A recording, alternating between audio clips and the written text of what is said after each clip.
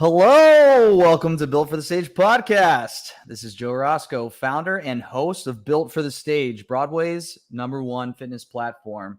If you haven't tried out Built for the Stage, go to builtforthestage.com and we'll be on our way with a 1-week free trial where you can try out working with me on an interactive fitness app. Actors or athletes, train like one. We'll love to get a chance to meet you.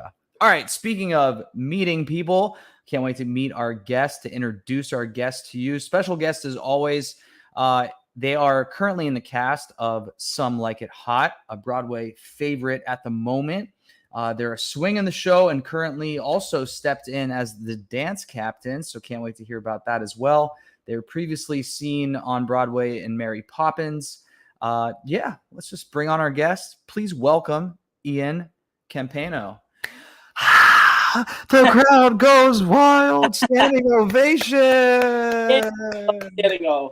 Standing O. Welcome to the podcast, Ian. Thanks for being on. Thanks, Joe. Thanks for having me. All right. So Tuesday, one show day. You had the day off yesterday? Yes, Monday, day off. All right, great. We're going to jump in with that first question, but we're going to put you on the hot seat. That's going to be the first question. I'm going to give you a little time to think about it if you can guess what I'm going to ask you. So let me put on my music here. Okay. There it is. BFTS hot seat. First question. What is one of your favorite things to do on your Monday day off? Sleep. Okay, so you sleep in. Any napping involved as well? Not usually. But I enjoy not having to set an alarm. Okay, amazing. Yeah. Okay, got you. Yeah. All right, so when it's your day off, do you like go out and make it like Taco Mondays instead of Taco Tuesdays? Like, do you go eat anything fun? Do you do any like rituals on Mondays? I wouldn't say rituals. It's more just about like enjoying the time away from work. So it's kind of like whatever friends are doing or whatever my husband's doing and just hanging out and spending time with them because our schedule's quite busy otherwise. Okay, so stepping away from the stage, what are like hobbies or passions that you have other than theater? Well, working out is one of them. I love to work out. I love to cook. Yeah. What's your best dish? What's your go-to? Ooh. Mostly anything Italian. Okay. Yeah. I learned from my mom, so. Amazing. Do you hear that at the door? That's me knocking right now. I'm knocking. All right. Next question. You're watching or you put on the TV and a movie pops up and it's a movie that you can never pass on. Like you got to watch it. What's that movie? Ooh. What is that movie? This one doesn't pop up on TV all the time, but like one of my favorite movies of all time is Serendipity. But it's not on TV all the time. I'm trying to think of one that pops up that I always watch. But honestly, most of them. I love movies. Yeah. One that's coming into my head right now is The Wedding Planner. with J-Lo and Matthew McConaughey. Yeah, absolutely. Wedding Planner, Made in Manhattan. You might like this one because you like cooking. How about Burnt with Bradley Cooper? Have you seen this cooking movie yet? I don't think I've ever seen that. Ooh, Netflix, Burnt with Bradley Cooper. Okay. Or how about Chef? The one where the guy's like a really high-end chef. He gets fired and he opens up a food truck with his son, and his son makes him viral by like posting their journey on Twitter. Have you seen this one? No, I've not seen that one. Oh, okay. See, I love me a cooking movie. All right. See, now I have stuff to watch. Exactly. Yeah. Burnt and Chef. Great. Okay, so moving on. You wake up, you need some feel-good vibes. What is like a go-to song that always like gets you going? Super into like disco right now. So Magic by Kylie Minogue and On the Radio are like two songs that like really get me going.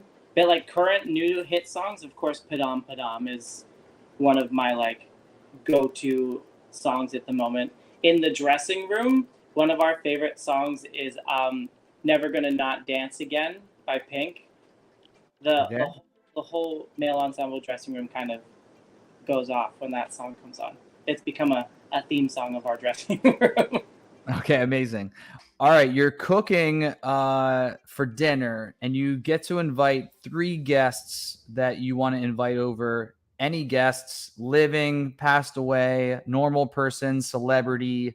Who are the 3 guests that you're inviting for dinner?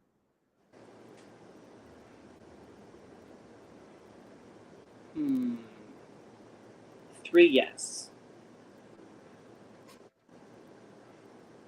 Let's see. I'm gonna go with Ruth Bader Ginsburg. I'm gonna go with Michelle Obama, and I'm gonna go with. See, these questions are so hard. I'd love to have dinner with so many people. You can have 5 guests if you want Oh instead my of god, 3. jeez, I'll give you 2. I'll give you 2 extra. that's a dinner party. Yeah, you got to cook a big meal. It's got to be a lot of pasta. Yeah, I'd love to have I'd love to have Mark Shaman and Scott Whitman at dinner, who wrote the music and lyrics for our show, because they're just hysterical. Um, we'll stick with those 4. How about Okay. Lovely list there. that? Love Yeah. it. Okay, you're off the hot seat. Congratulations. Oh, thank you. You did amazing. Burning up. You did amazing. All right, so let's pull back the pace a bit. Let's go to like early days. When does Ian realize, oh, I want to be a performer. I want to do this singing, dancing, and acting thing. When does that start? It started pretty early. When we were in grade school, I come from a big family. I have 5 brothers and sisters. When we were in grade school, when you were in 6th, 7th, and 8th grade, um, one of our English teachers, she would edit down Shakespeare plays, and you could like audition for the Shakespeare play. And I remember very vividly my sister, my oldest sister, she was in Romeo and Juliet, and she played the nurse.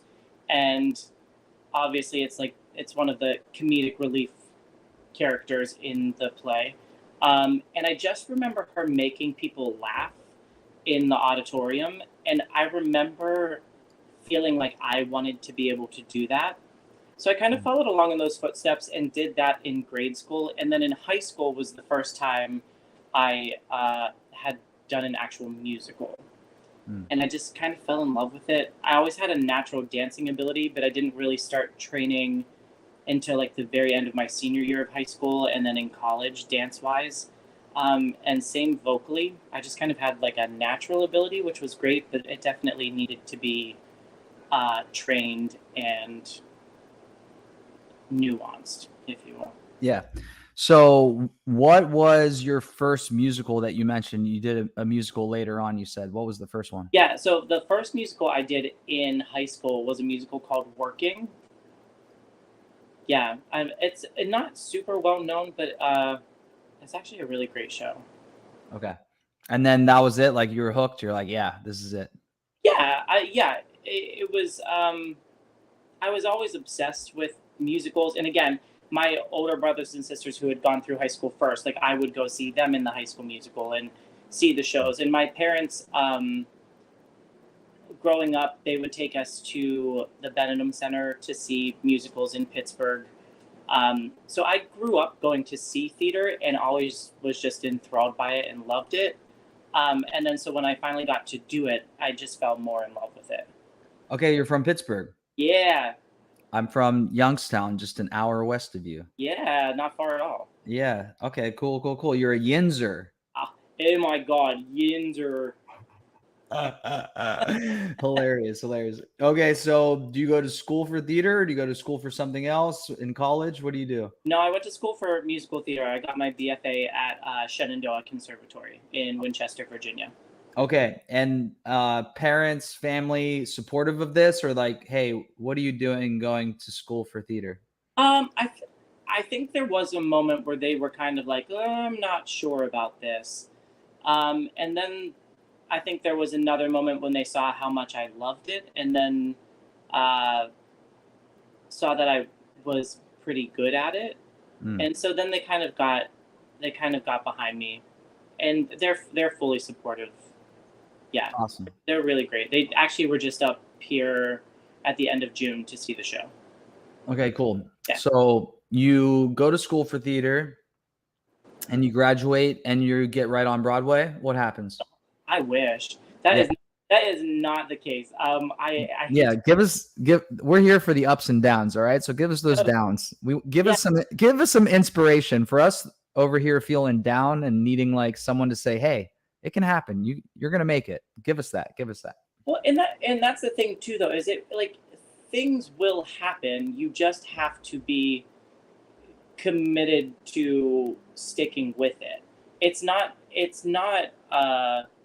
nothing will ever really be handed to you, I guess, unless you get to be a certain level of an actor and people know you and they'll just offer you something. But that's not really how it works, and definitely not out of college.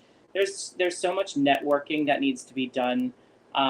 You the more the more people you can meet in terms of directors, choreographers, other performers, um, the better, because then when you go into an audition room and someone recognizes your face, then automatically you have a one up on everybody else. But right out of college for me, I was fortunate enough to jump on a national tour. I jumped on the non-equity national tour of Cats. So I was lucky to get that right away, but it's very few and far between that you actually get on Broadway right out of school. Right.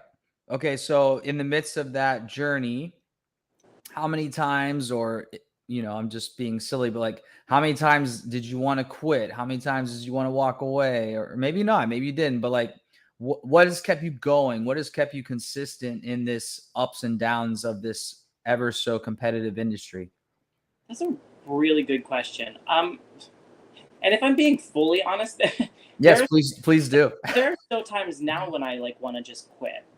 You know, like there are always going to be moments where things seem unfair or they seem like they should have gone one way. But the thing is, most of it's out of your control.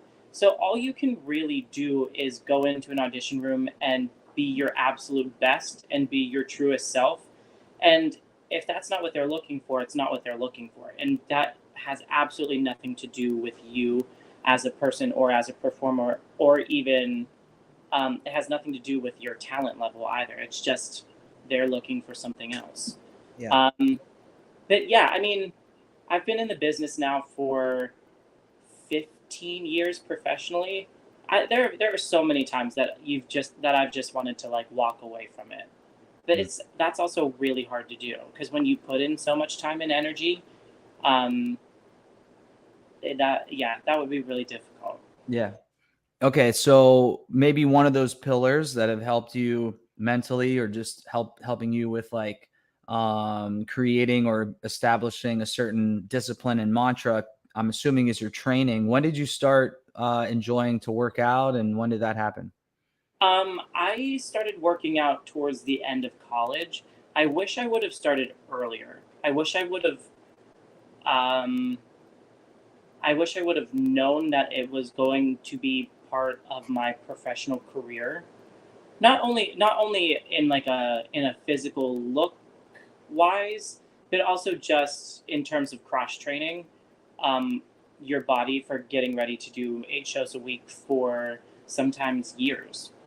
And we don't get a lot of time off. We get 1 day a week, and then in terms of vacations and whatnot, we only get 2 weeks out of the year. So in terms of actual downtime for your body to recover from doing 8 shows a week, we don't get a lot of it. Yeah. So, even just easier workouts that are meant to stretch and to um, relieve pressure off of joints and whatnot are super important for performers. Okay, Recover. so let me play devil's advocate and push back, Yeah. because this is what I get. This is like my mission with this whole thing. One of my missions is, you just said, oh, we only get 2 weeks out of the year. We only get 1 day a week. So much of this is about making sure that we're able to stay functional up on the stage and recover. If this is the case and your job is so strenuous, then why would you train, or why would you take the time away from just sitting on the couch and go work out when you're already saying that your schedule is challenging physically? Because I feel like, me personally, I feel like just sitting around and just laying around would be worse for me, because if I'm going from couch to stage, there's more chance of me getting injured on that stage than there would be if I went to the gym and warmed up on the stairmaster. And even if I was doing some easy exercises, my muscles are activating and they're getting ready to jump into a 2.5 hour marathon of dancing.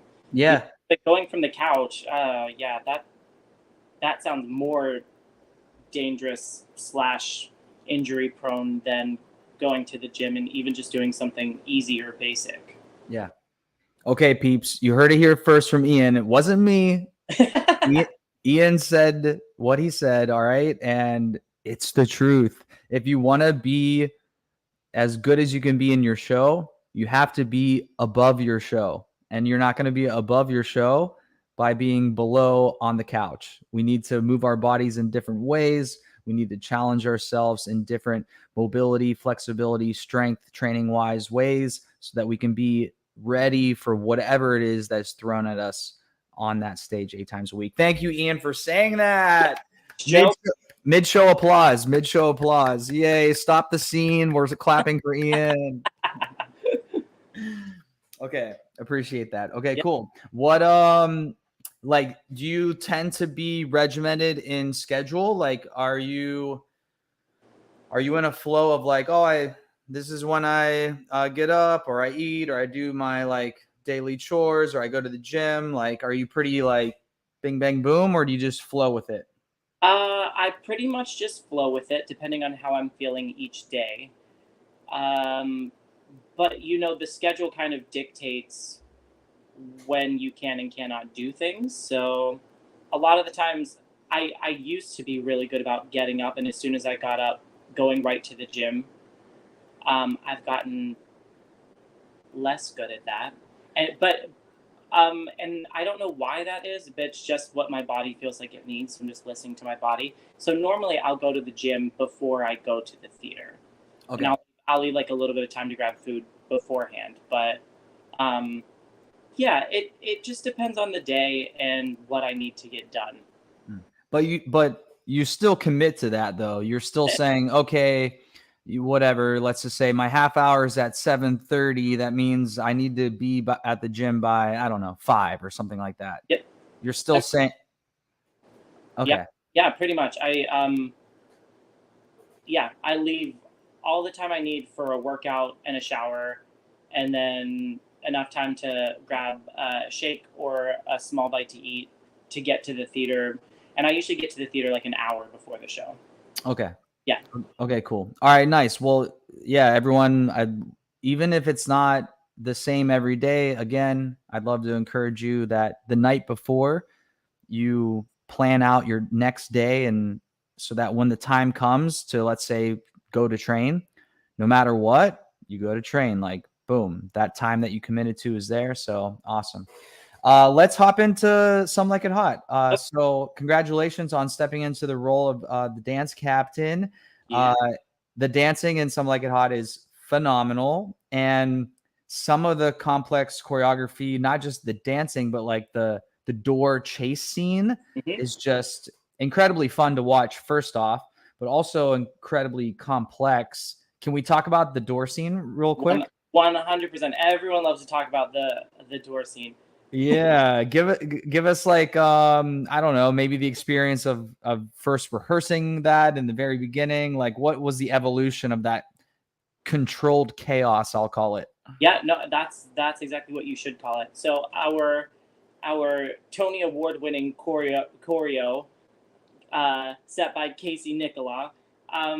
It was, watching him create that was pretty nuts, to be honest. I mean, he knew that he wanted to spend this like 6-minute number wrapping up a whole bunch of storylines, and he knew he wanted certain parts.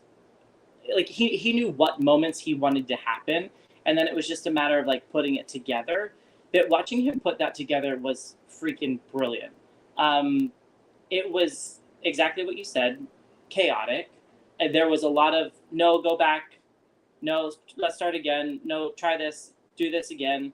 But that's what it needed to be to make sure everything was done and everything was safe, and that everyone was going to be able to get where they needed to be. Because what the audience can't see is that sometimes when people are running off stage, they're running all the way around to the other side of the stage to make their next entrance. And so there's as much choreography as there is on stage during that number, there is just as much choreography backstage during that number, and it is absolutely nuts. But Okay. in the most controlled, chaotic way. Right. Okay, cool. Thanks for sharing that. And yes, a great thing that I wasn't thinking of that I, can relate to from my former performing days. Yes, the transitions where you're crossing backstage is choreography in itself, I'm sure. Are there people like, there's a little bit of traffic control backstage as well? 1000% traffic backstage. Yeah. Okay. Stepping into the dance captain role, how many tracks did you say you covered? 6 or 7 on your own? As a swing, I cover 9. Okay, So, 9. So that yeah. kind of, I'm sure, helped in a way because you already you had your mind and your concentration on that. Yes. Then taking on basically the whole show of being responsible, making sure everyone is hitting their marks and keeping the show tight. What has that been like in the recent time that you've stepped in? Busy. It's been very busy. I had a lot of information to learn, and I had a lot of choreography to learn, because initially I didn't need to know the women's choreography or the principal choreography, and then it became um, a time and a place and a position where I needed to know all of that. So it was a lot of new information. Luckily, it wasn't unfamiliar information. I've sat and watched the show so many times, and even when we're in rehearsals and the swings are sitting out at our table in the house, you're just constantly watching. And so I think subconsciously you absorb so much more information than you think you do. So it was uh, the information that I needed to learn was not unfamiliar. It was just about actually learning it and the way it's supposed to be. Did you have any hesitations stepping into that, or were you fully 1,000% confident? Like, I got this, no problem. It's maybe a little bit hesitant. I think I've always wanted to try it to see what it's like to be a dance captain. It's a pretty loaded position in terms of like the workload and rehearsing and giving notes, and so I've always wanted to try it. So this was like my first opportunity to do that, and I felt like I was set up really well from our dance captain Ashley, who is on maternity leave, which is why I took over. But she is really good in the position. She handles it all very well and with so much grace. So I felt like watching her do it for the past 9 months was a good teaching lesson and a good jumping off point for me as I entered the role. Okay, cool. Yeah, the reason I ask is just to parallel it to fitness. So oftentimes people are, hesitant to jump into something maybe they're unsure of, or not quite sure if they'll have, quote unquote, what it takes or if it's for them. So I love what you just said there about Ashley. Yeah. Yes. Yeah. Ashley was like a great guide for you, or a support to lean on, and in fitness or whatever in life, like your circle is important. The people around you is important. So, if you're pursuing that fitness pursuit, maybe not lean on random YouTube videos, but look to someone who can help guide you. No different than a voice teacher for your voice lessons, or a dance teacher for your dance instructions. So that's cool. Congratulations. What's your favorite track out of all of the ones that you cover to jump into? I like them all for different reasons. because they all there are similarities amongst some of them, and then they all have something a little different, and that's why I kind of enjoy doing all of them. Mm. And then I also, the ninth track is I cover Spats, who's a principal, who's, you know, the head mob guy, which Mhm. is also just fun. I went on for the first time, actually when my parents were here. So I made my Broadway principal debut when my parents were here, which was very fun. Very cool. Nice. Okay. Okay. Well, I'm gonna end us with a tougher, like deeper philosophical question. But if you could talk to either younger Ian or maybe just someone else who is struggling through this career and now having experienced what you've experienced and the wisdom and knowledge that you've gained along the years, what could you share with them, whether it was like a firsthand experience or just something broad that could keep them in the race per se, to keep putting that one foot in front of the other? I think I think one of the biggest things I've learned in my career is that in our business, you do need to be all in terms of like committing yourself to going to auditions and to working on material and working on your body and your voice and your dancing. But I think the biggest thing I learned was that it cannot be all consuming for you as a person. Like you need to have other loves in life. You need to enjoy doing other things, because if all you're consumed with is this business, it will just eat you alive. And I would venture to say that's for anybody in their career, in any career rather. I just don't like, you need to have other things that you love to do. You need to go hang out with your friends. You need to have moments where this is not what you're thinking about, so that like the rest of your soul can be filled with other things. So that when you have moments of, this was my thousandth no in a row, or I went in and I thought I nailed it and I didn't book it, that you can be like, okay, well, it's not the end of the world, and I'm going to have dinner with friends tonight, so it'll all be good. Yeah. Cool. Ian, thanks so much for your time. I appreciate it. Yeah, thanks for having me. I appreciate it. All right. I'll talk to you soon. All right, everyone. Ian Campayno from Some Like It Hot. Make sure to follow Ian on the gram. His handle is going to be in the description of this episode, but it's I, as in the letter, Campayno, his last name. But you can also check that out on the description of this episode. I'm Joe Roscoe with Built for the Stage. Thanks again for tuning in. Actors or athletes, train like one. Later.